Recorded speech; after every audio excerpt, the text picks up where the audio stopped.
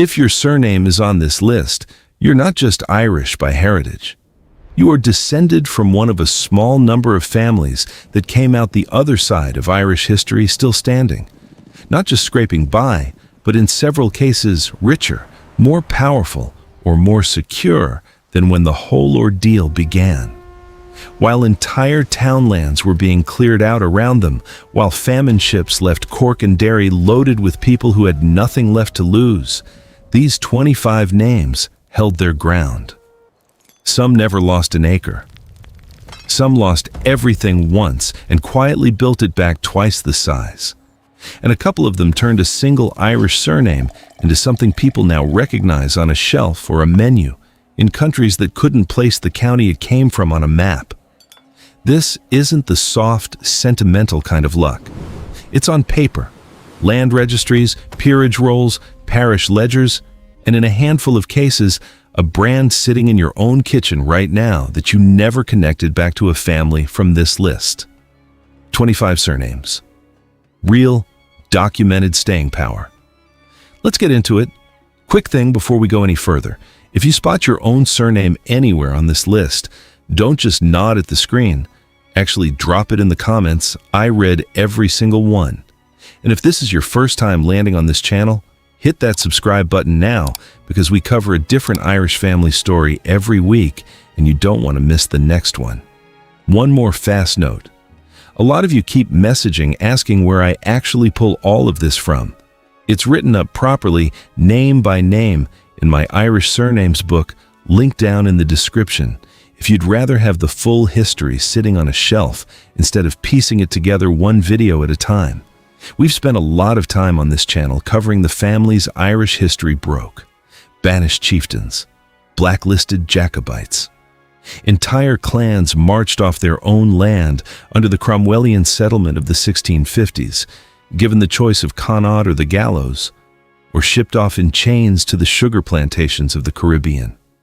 Landlords hanged, tenants evicted by the tens of thousands during the Great Famine, whole family lines simply erased from the record between one census and the next. That history is real, and honestly, it's most of the story of this island across the last 1,000 years, but it isn't the whole story.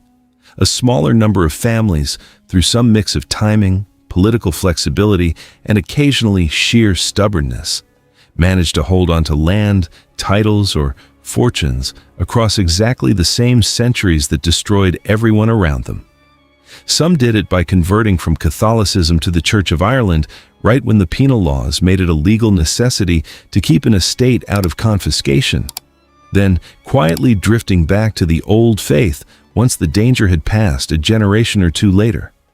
Some did it by marrying into the right family at exactly the right moment, merging two threatened estates into one that was suddenly too large and too well connected to easily seize. Some built something so commercially successful, a brewery, a distillery, a bank, that it simply outlasted every war, famine, and change of government thrown at it, while competitors with grander, older names went under in the encumbered estate sales of the 1850s. And a handful of Gaelic families did something almost nobody else on this list managed. They held a continuous, unbroken thread of ownership over their own ancestral ground, straight through plantation, confiscation, and rebellion, generation after generation, for the better part of 1,000 years. What ties these 25 families together isn't luck in the sense of pure chance. It's closer to a pattern, the harder, more calculated choice made at the exact moment the easier choice would have cost everything. Here's what actually happened to each one. Number 25 is O'Connor. Specifically, the senior line known as O'Connor Donn. This family descends directly from Cathal Crobdearg Ua Conchobar, younger brother of Ruaidri Ua Conchobar, the last High King of Ireland before the Norman invasion, which puts 11 High Kings of Ireland and somewhere around 24 Kings of Connaught directly in this family's bloodline. And remarkably, this one branch has held land at Clonalis, outside Castlerea in County Roscommon.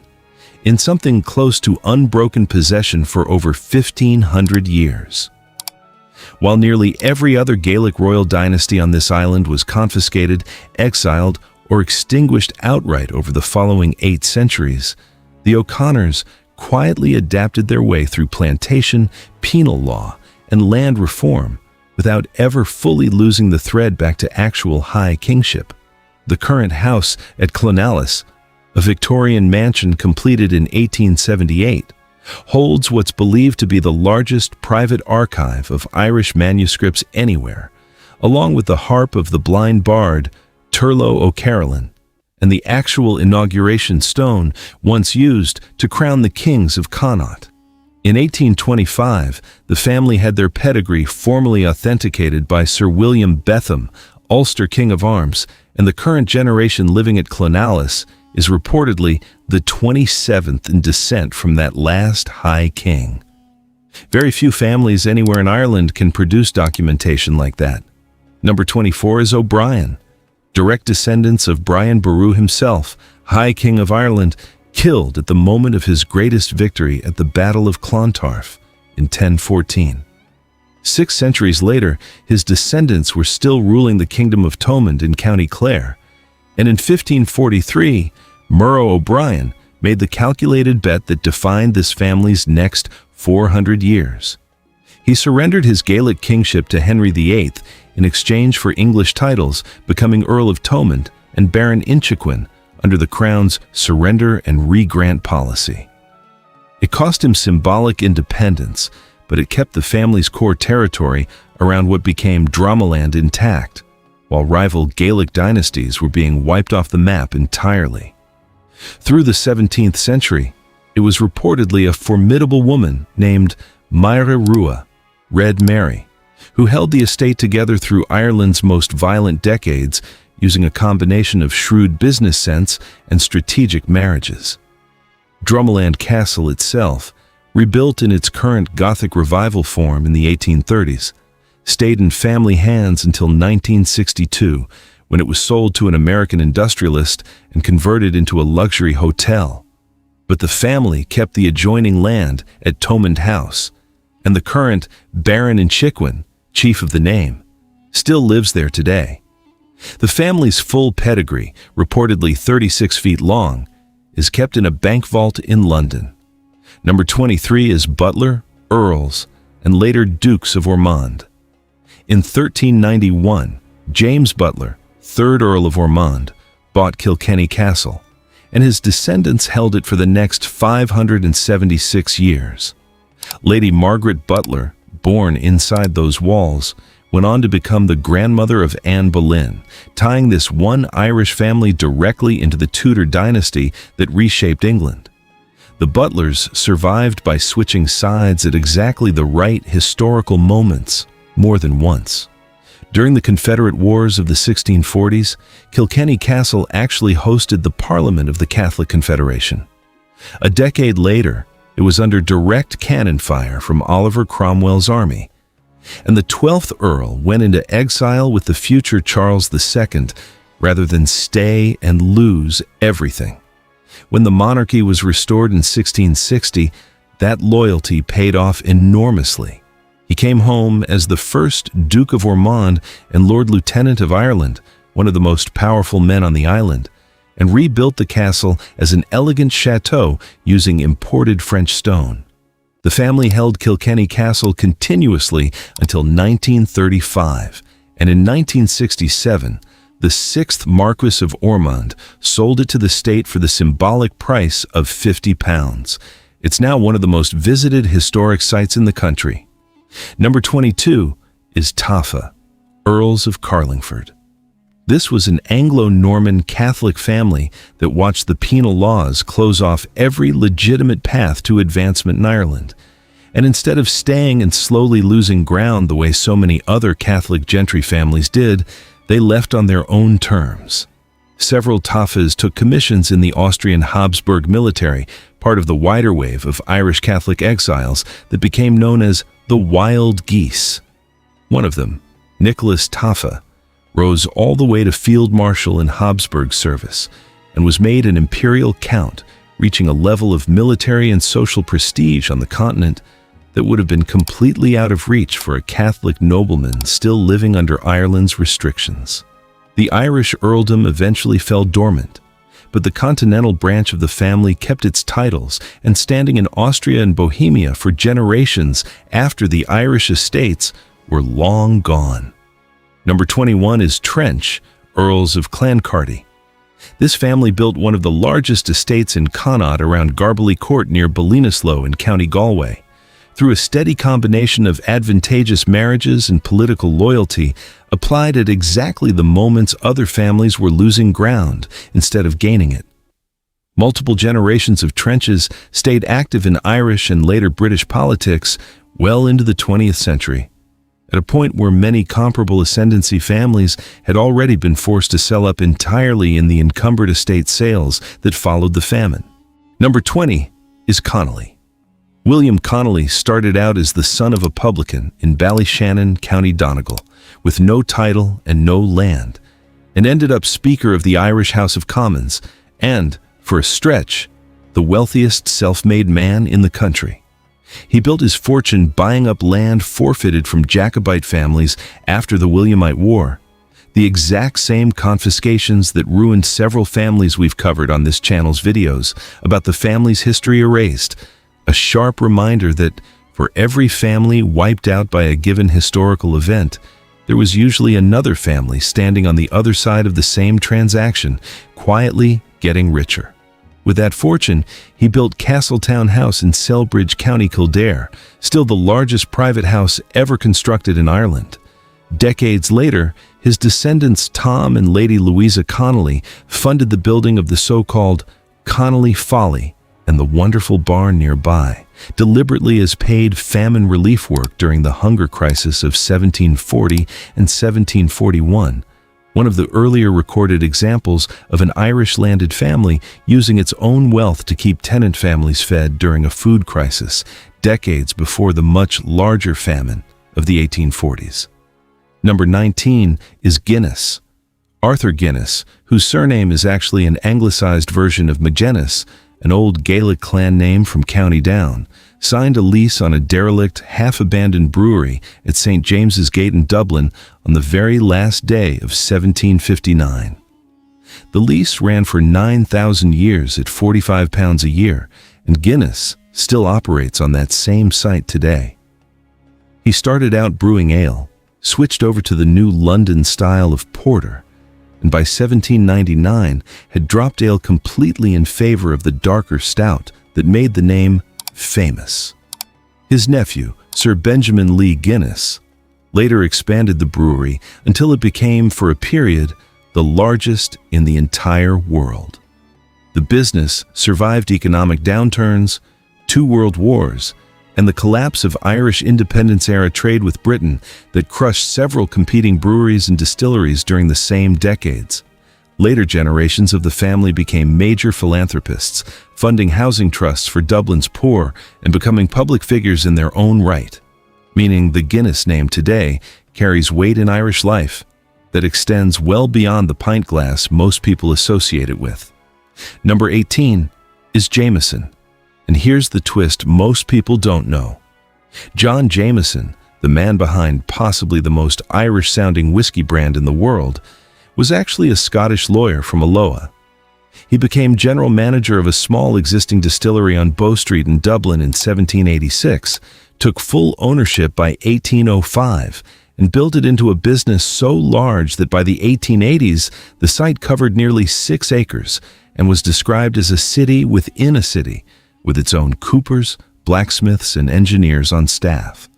The wider Irish whiskey industry very nearly collapsed entirely across the 20th century, hit by American Prohibition between 1920 and 1933, cut off from Commonwealth markets after Irish independence, and outcompeted by Scotch producers who'd switched to faster column still production, while Dublin distillers stuck with the older, slower pot still method.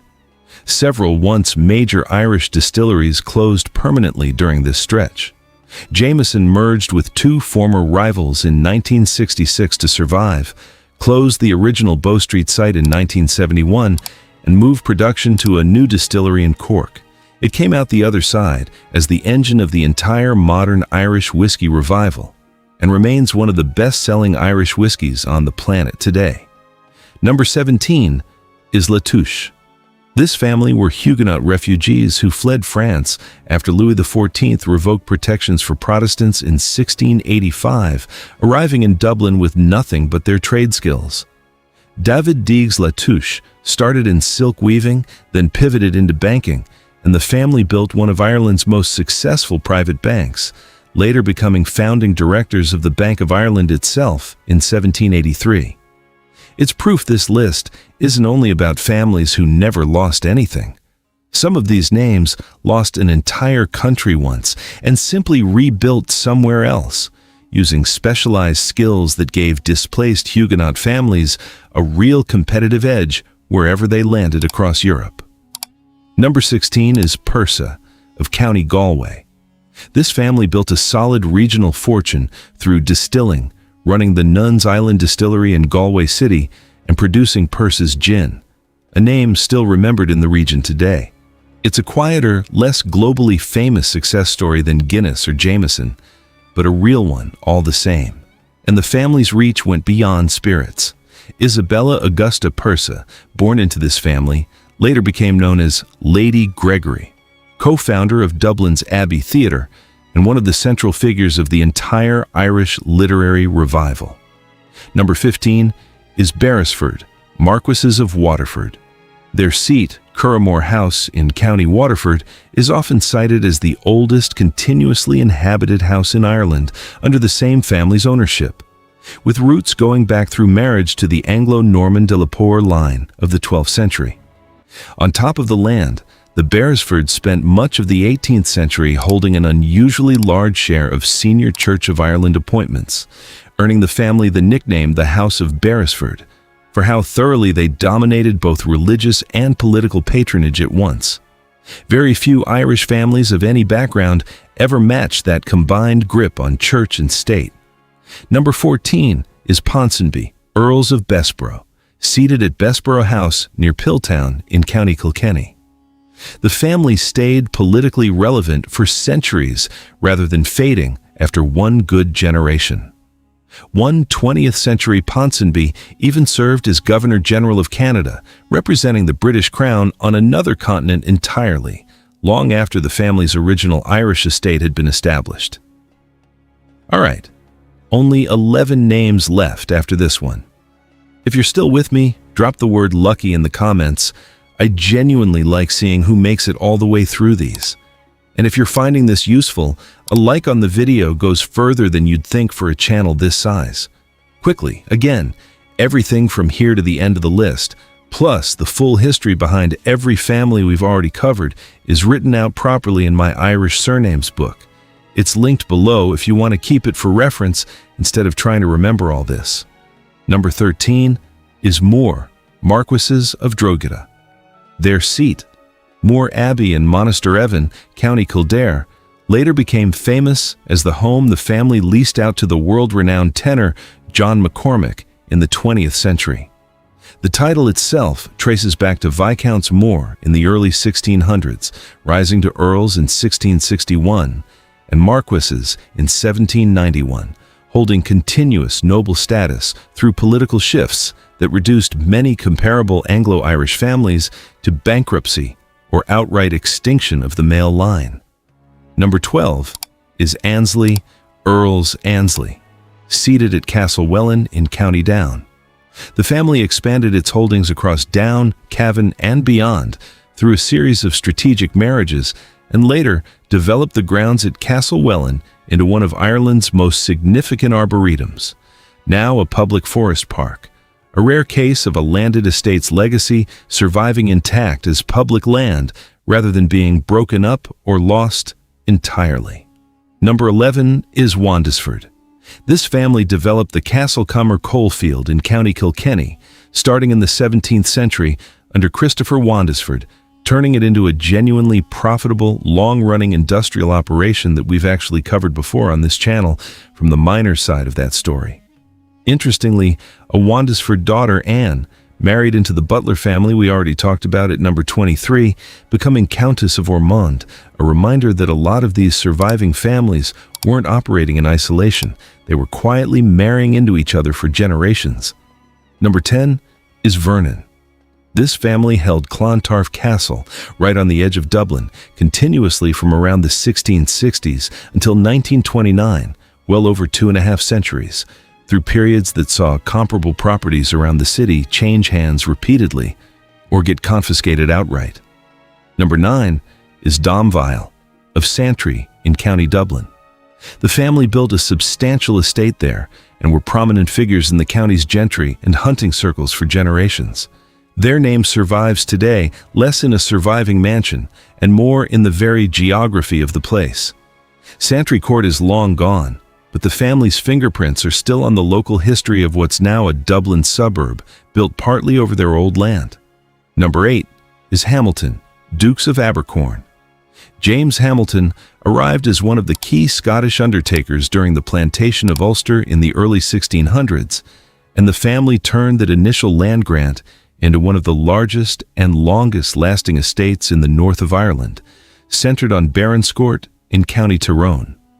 Their influence proved durable enough that, centuries later, a member of the family served as the very first governor of Northern Ireland after partition in 1922. Number 7 is Chichester, Marquesses of Donegal.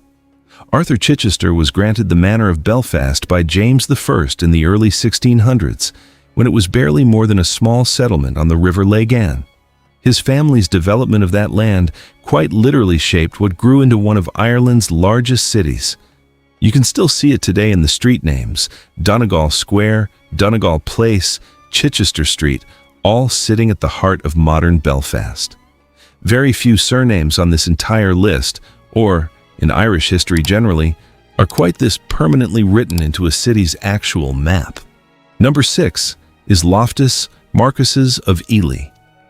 The family's Irish fortune starts with Adam Loftus, a 16th century Archbishop of Dublin and founding Provost of Trinity College Dublin, who combined church office with political influence to set the family up for the next 3 centuries. Later generations built Rathfarnham Castle in Dublin and Loftus Hall out in County Wexford, a house that's since become almost as famous for its ghost stories as for its architecture. Number 5 is Cole, Earls of Enniskillen, seated at Florence Court in County Fermanagh. The family's name became so tied to the town of Enniskillen itself, which famously resisted Jacobite forces during the Williamite War in 1689, that the town and family's fortunes stayed intertwined for generations afterward. One later Earl, William Willoughby Cole, became a serious 19th century fossil collector and paleontologist, assembling one of the most important private fossil fish collections in the world at the time. Number 4 is Gore, Earls of Arran. This family accumulated substantial Irish estates over several generations through careful political positioning, particularly after the title was created in 1762, remaining a fixture of the Irish peerage long after other families who started with comparable advantages had already vanished from the record. Number 3 is Bush. Unlike almost everyone else on this list, the Bush family's staying power came from talent rather than land or a title. Charles Kendall. Bush became one of Ireland's most celebrated orators, famously and publicly opposing the Act of Union in 1800 at real cost to his own political career at the time, and still rose to become Lord Chief Justice of Ireland by 1822. It's proof that on this list, luck occasionally looked less like inherited acreage and more like simply being too talented to keep down. Number 2 is Taoiseach of Woodstock House in County Kilkenny. The family built and maintained one of the most celebrated landscaped estates in the southeast of Ireland, with terraced gardens and rare trees that are still open to the public today, even though the house itself was burned down during the Irish Civil War in 1922.